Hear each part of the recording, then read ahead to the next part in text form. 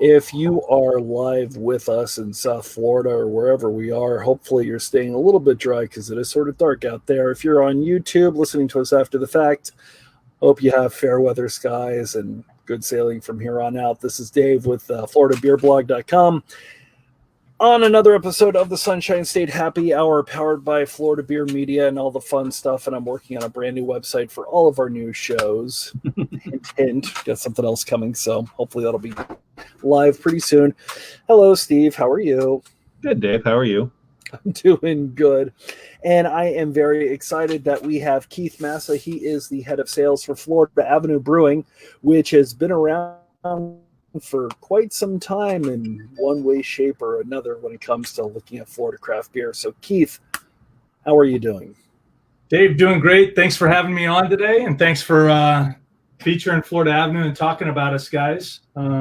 Cheers. I'm having a Florida Avenue IPA right here. Well, I was just going to say, it's like you already flashed your Florida Avenue can. You're just drinking the straight IPA?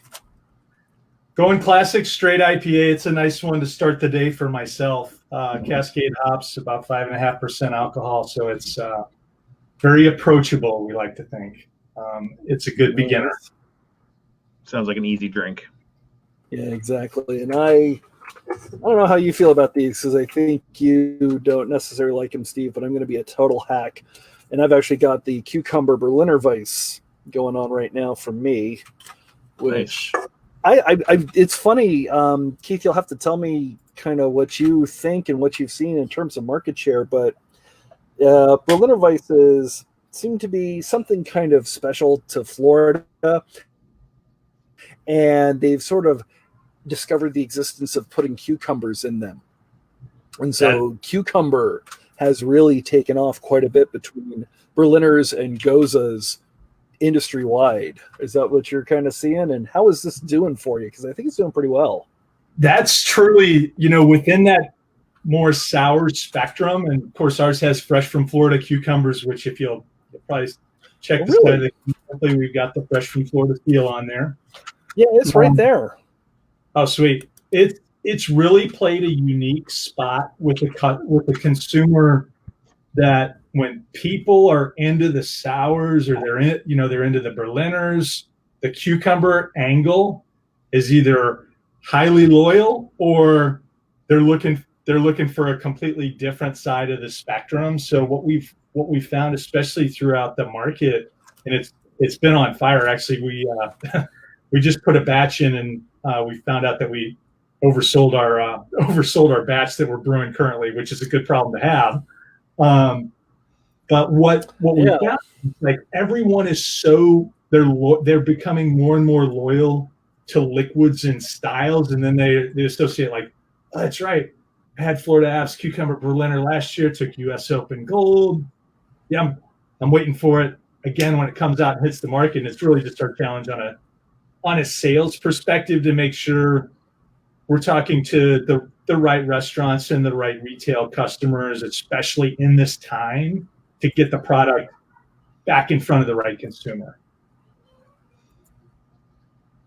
Nice. Gotcha. And Steve, I promise I will get there, but I just want, like, 5 minutes before jumping on this, I saw that you just released the Neapolitan Berliner Weiss, which I guess is more of a stout sort of flavor profile than a Berliner. How did that kind of come about?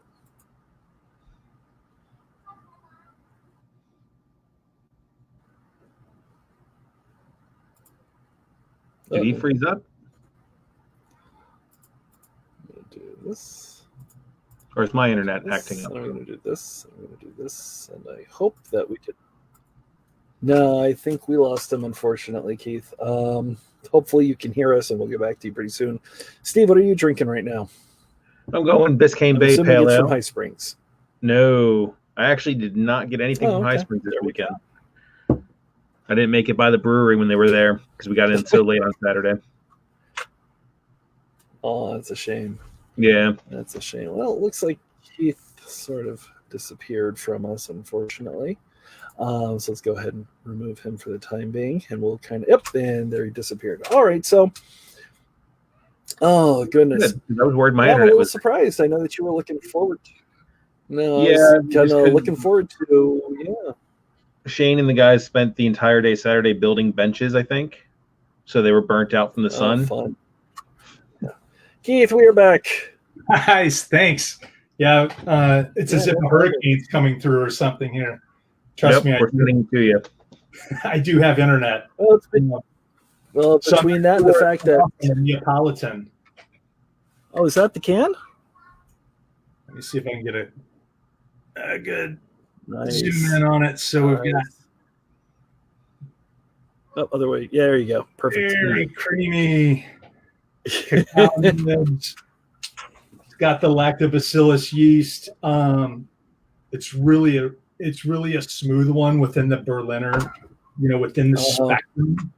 And we're excited.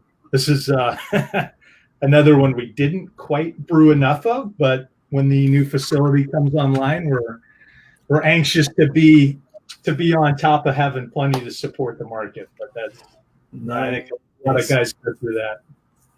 Well, I guess it kind of dovetails into the big crux of everything in terms of how is Florida Avenue doing with the downturn, but you, more so than other breweries that I've seen in the state of Florida, seem to have a very solid footprint in retail.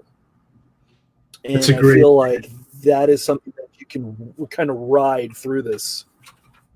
Yeah, that's a great question, because we've been fortunate to have positioned ourselves just at the right time coming into the COVID. You've got to have a really strong distribution and the permanent placement type of accounts.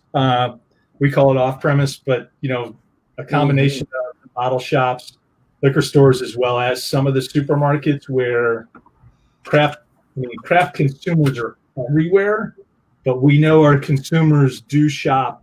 They do shop more than some of the very specific bottle unique destination discovery type of locations. And it's important to be placed there because we still have like everybody else, we have a tremendous chunk of our business in the on-premise with a reliant upon draft and reliant upon, the accounts where there's 50 to 80 tap handles. And those days, who knows what's going to happen with social distancing and what takes place for how many restaurants and bars can support customers that want a choice of 80 different craft draft handles potentially. So I'm not going to lie, it's been every bit of a challenge on our brewery that was not planned for, but we are fortunate to have been positioned well enough and to be set up with a new brewery that's coming online for what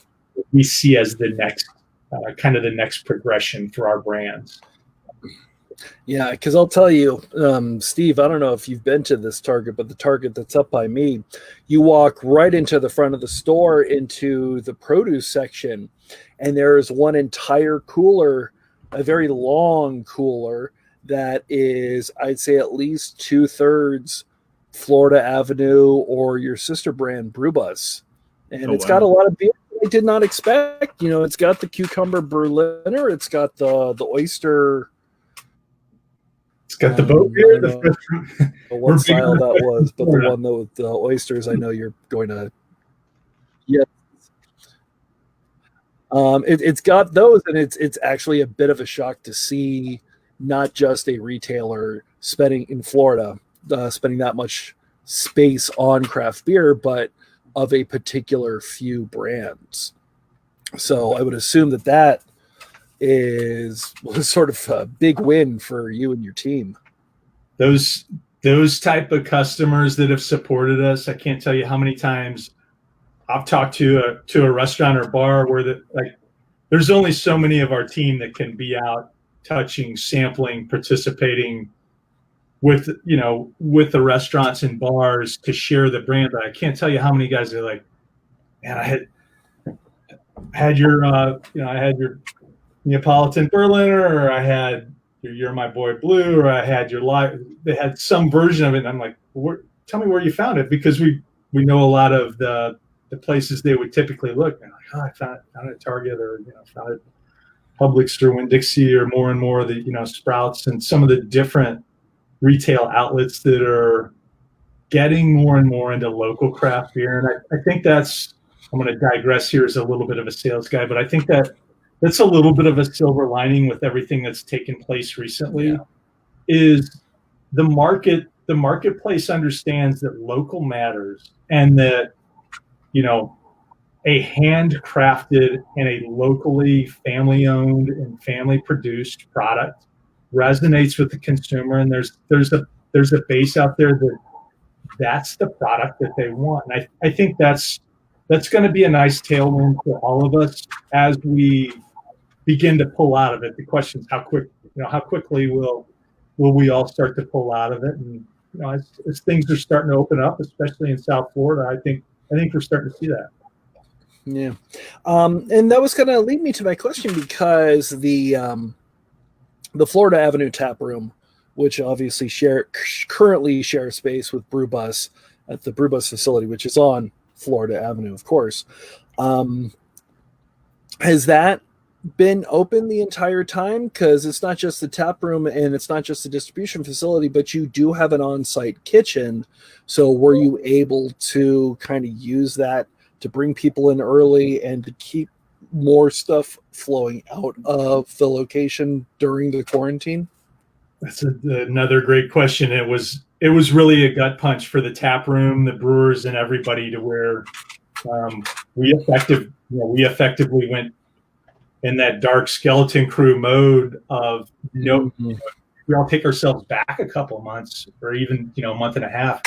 Nobody knew what the future was going to hold. There was no kitchen business, obviously no consumption of alcohol in the on-premise. And then, we began to, I think in a fortunate way, start to realize what some of the to-go opportunities are. I'm sure you've heard that from a lot of your guests, but there is a very strong, loyal, and appreciative local to-go consumer that is healthy for craft breweries, in my opinion. So that's how we started to open it up. Yeah. It was a piece of that's this learning curve of, we're not used to taking digital orders online or handling a lot of phone in or email in, because it's usually face-to-face across the tap room or at the kitchen. And that was our form of to-go sales. So it was one of the benefits, I think, is the learning on the e-commerce side of it too. And actually I know where you're going with the tap room and with the tasting room and the kitchen. We just opened up a couple weeks ago, and it was sort of a slow roll, especially from food safety and how we present to to our consumers and our guests appropriately, because it's all over the board for everybody, and we wanted to really do things in the right way and very measured as we started to come back. And it's, hopefully you're hearing this from a number of other guests, but it's been a really pleasant surprise for how the business has come back. Yeah, I've definitely noticed that, and I kind of feel like Florida Avenue being so entrenched in Tampa in general and Seminole Heights in particular, and there's a lot of great stuff, not just great businesses to go and support, but a lot of people that are especially moving into that area that would be more likely to go and support a lot of these businesses, that it seems like it was the perfect location to have a crowd that is really geared towards wanting to do all of those things. Yeah, I think you hit the nail on the head. There's a definite craft beer lover consumer there that they want to get out and explore. They're loyal to different breweries, but when the governor reopened things, and when things in Hillsborough County reopened, and even over in Pinellas County across the bay, people were ready to come out. Now it's measured. I know things in South Florida are starting to come back too. It's measured, so it's not like we're having craft beer parties in the street type of things or anything like that. But it's been good to know that you can't pull the plug on a part of society or a consumer base and think that they're going to come back. And it's been very heartwarming, to tell you the truth. Nice, and that's great, but you're all getting ready for a pretty big move out to Wesley Chapel with a gorgeous new facility. First of all, tell us what the facility is going to have, because it looks absolutely enormous and stunning, and it looks like you're going to have a lot of great toys to play with out there.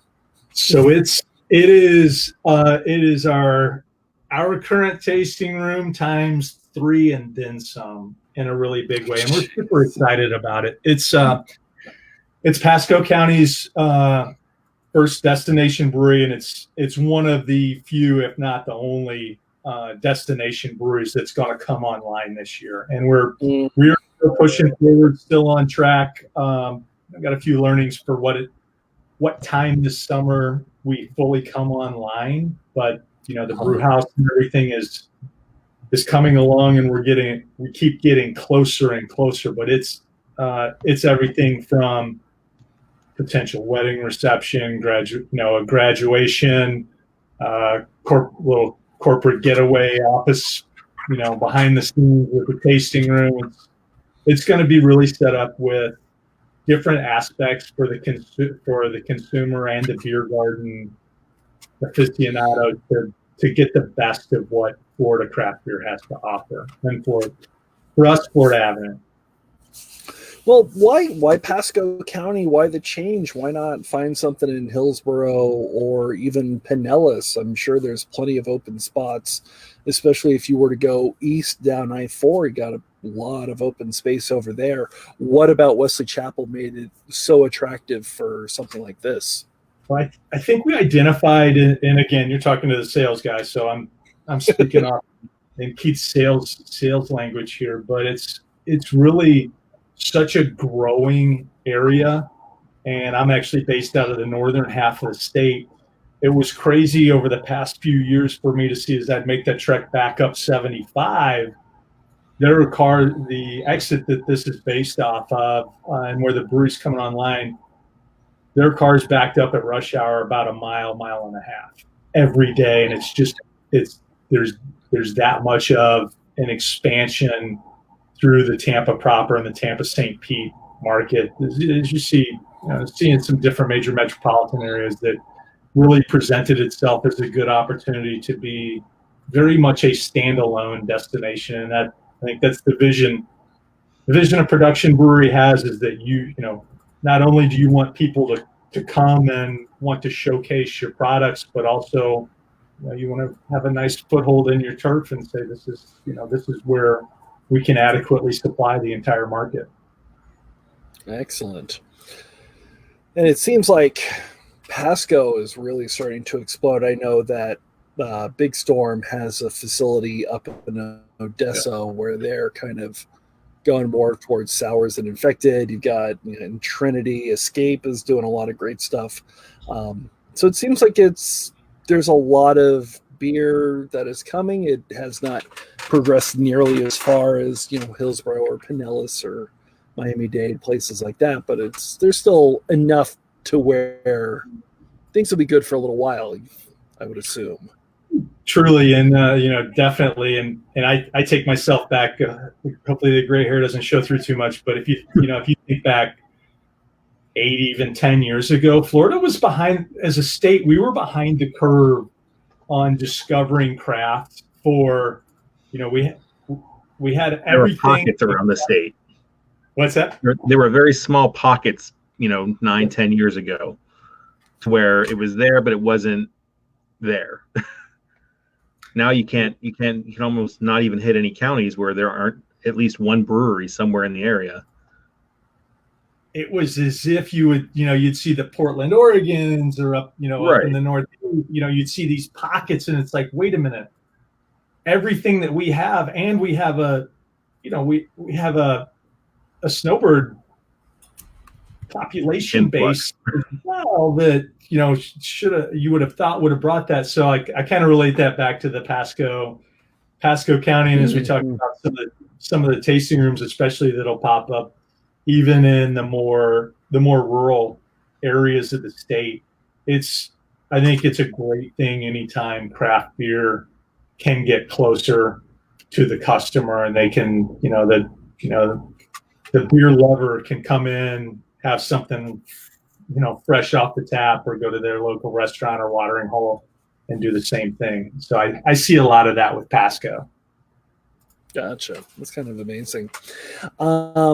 Now, obviously, since we've had this massive economic downturn and quarantine and whatnot, what has that done to the construction? Are we right on schedule, or is there going to be a very significant delay for you and your team?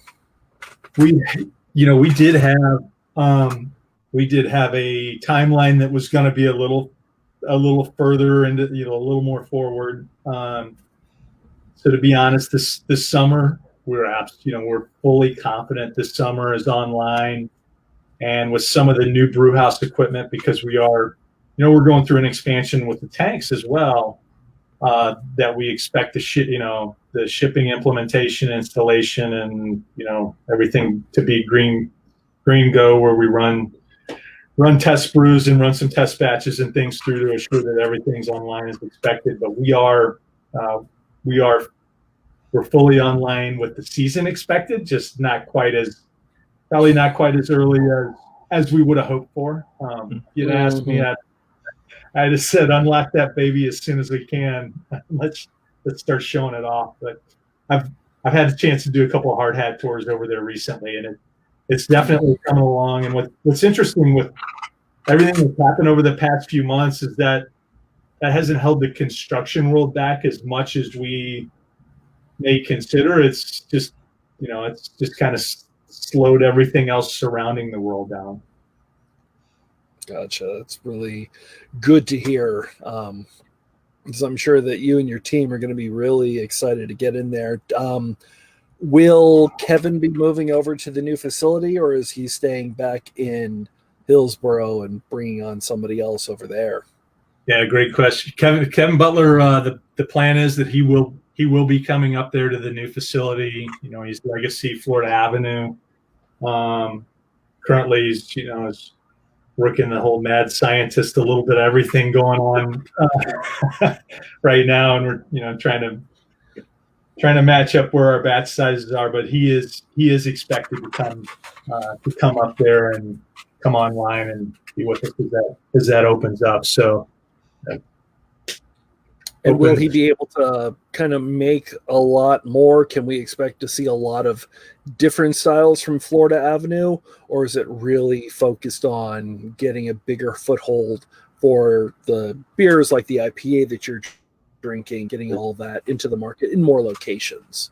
So we see a lot of flexibility that comes with the Florida Ave brewery that comes online, just with the added tank space and the production capabilities. And we're going to have a fresh new canning line as well that will allow for much more test pilot, barrel aged, a lot more experimental to take place. That before, and really we've been so focused on hitting what the market demanded from us that sometimes it could constrain the creativity that goes on back there. So I would look for a lot more creativity to come after we're online this summer, and a lot of the specialty one-off. Hey, can only find it here, can only find it in a very, very select few set of outlets. Excellent. That is great to hear. How are things going by you? I'm assuming that you visit a lot of the local breweries up by you. Have anybody been doing pretty good, or anybody that we may expect to not have with us anymore? So I'm based out of Jacksonville. If I didn't say that, I think it's a challenge throughout the state.